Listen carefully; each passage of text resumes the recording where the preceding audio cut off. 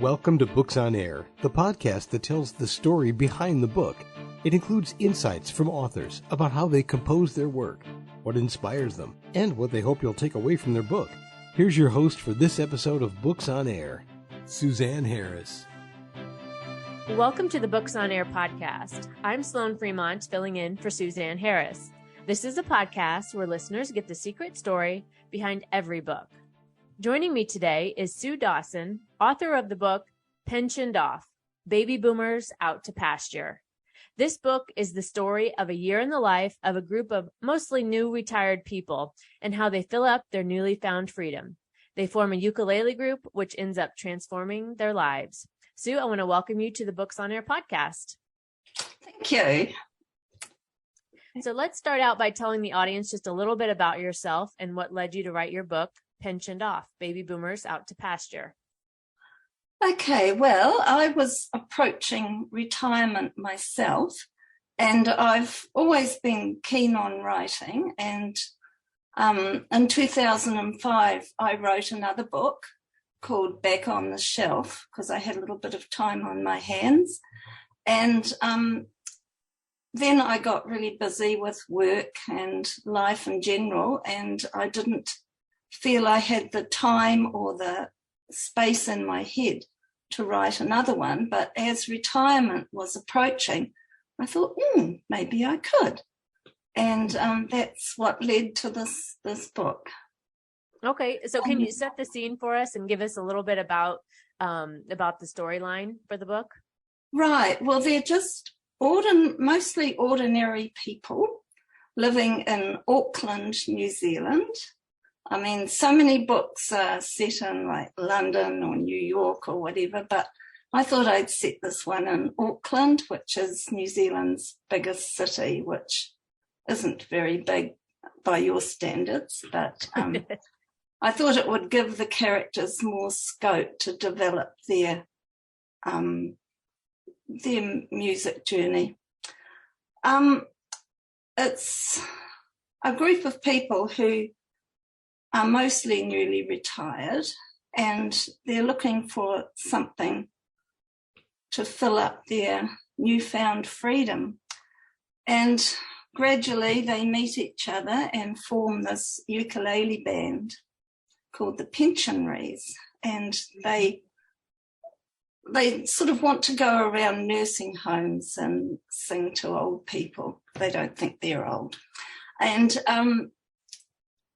but it actually takes them further than that. So there's quite a few characters. At the beginning, I didn't intend on having so many, but they just all popped out. And so they've got their own little lives happening, all their little side streams happening in their lives. So quite a bit sort of goes on in the book, but it is a gentle story. And it's hopefully people will find it humorous and entertaining.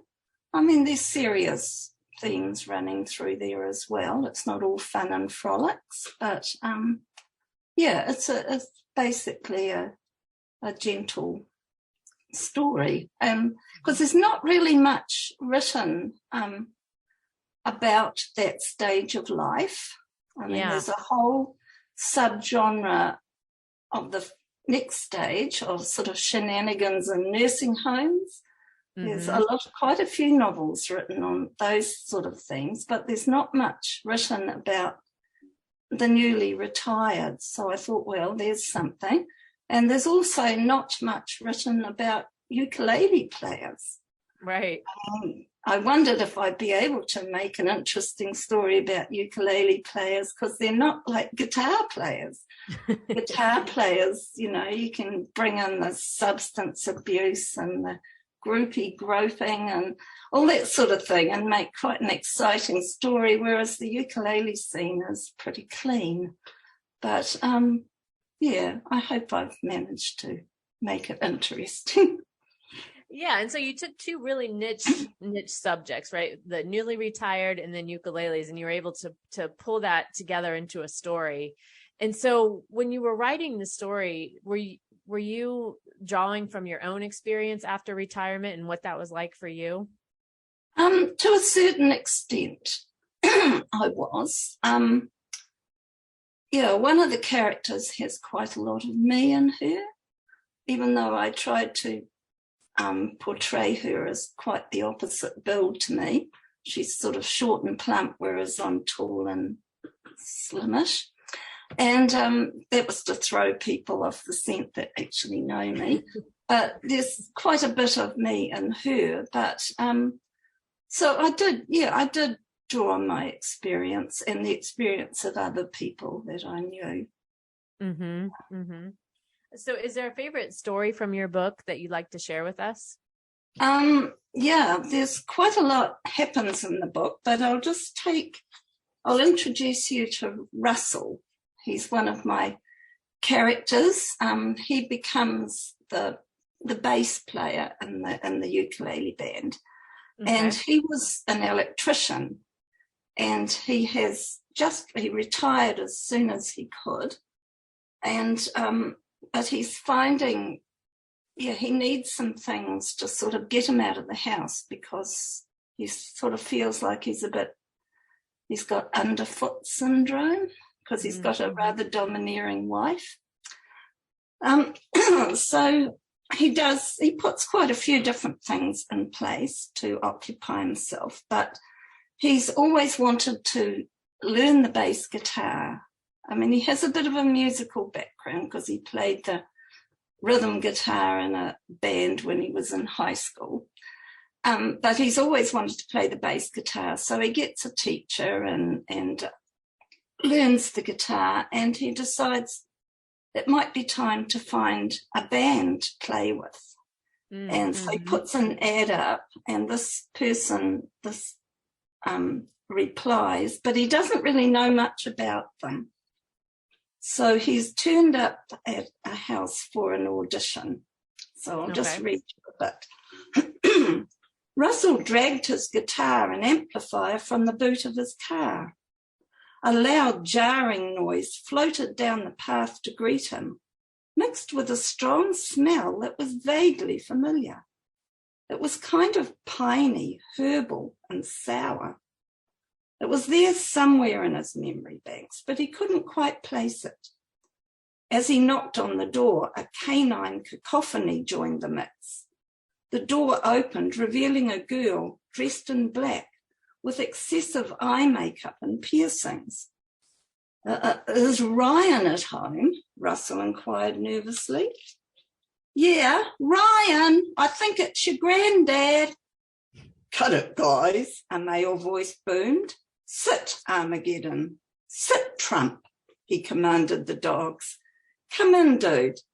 Russell stepped gingerly over the threshold, past the slathering dogs, through a minefield of discarded footwear, and almost gasping for fresh air, he was led into a dim room where he could just make out the figures of two more young men with messy hair and tatty jeans.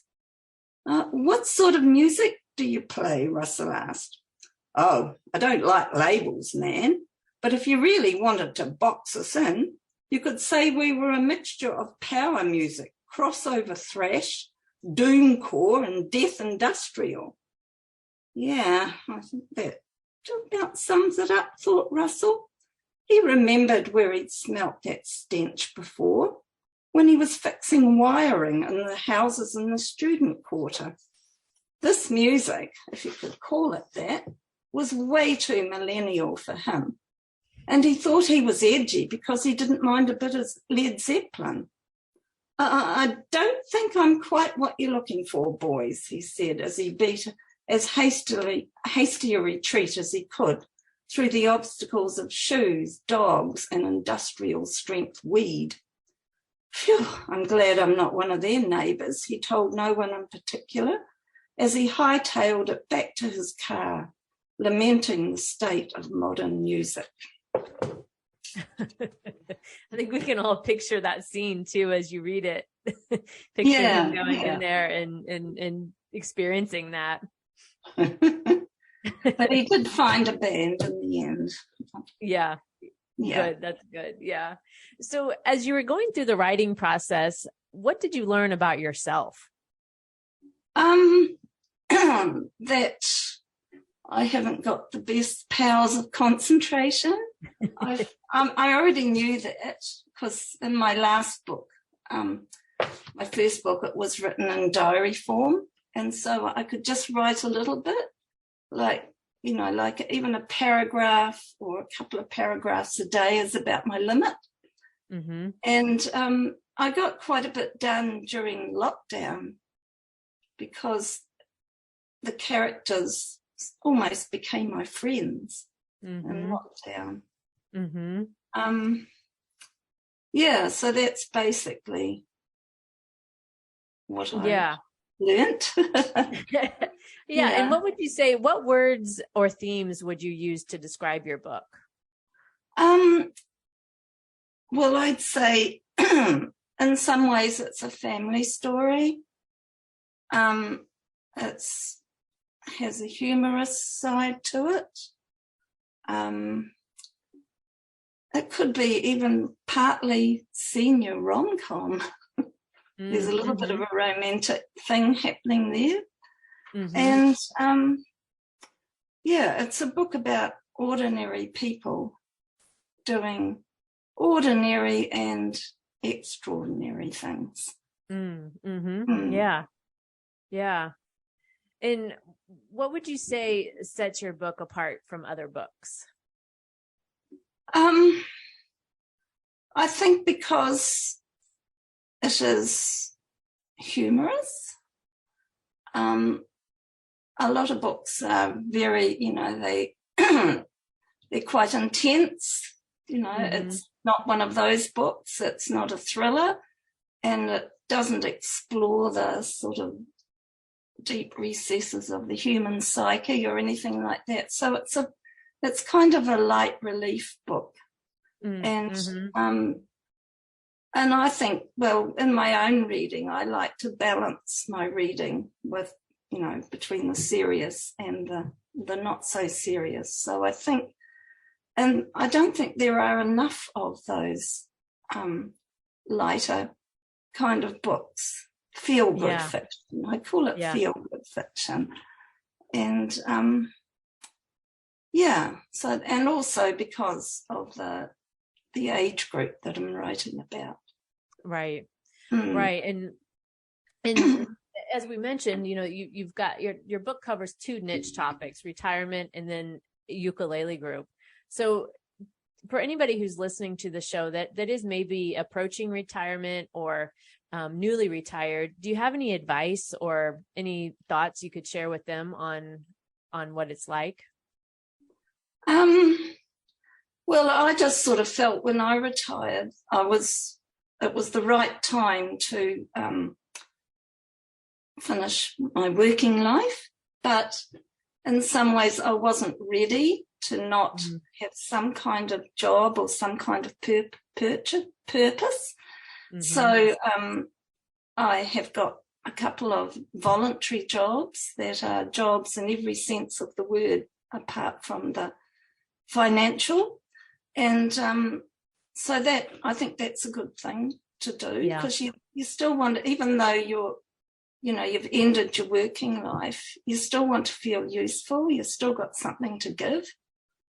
And so that's what some of the people in this book do. It's the beginning. It's not just an ending. It's a beginning. Right. Yes. Yeah. Well, Sue, I want to thank you for joining us today and being our guest on Books on Air. Oh, my pleasure. Before we close out today, what do you hope the readers learn or take away after reading your book? Well, I hope, as I've said, I hope they can see portrayed retirement as, even though it's an ending, it is definitely a beginning of something, and it can be just as fulfilling, right, or even more so probably than what preceded. And and also I wanted to showcase my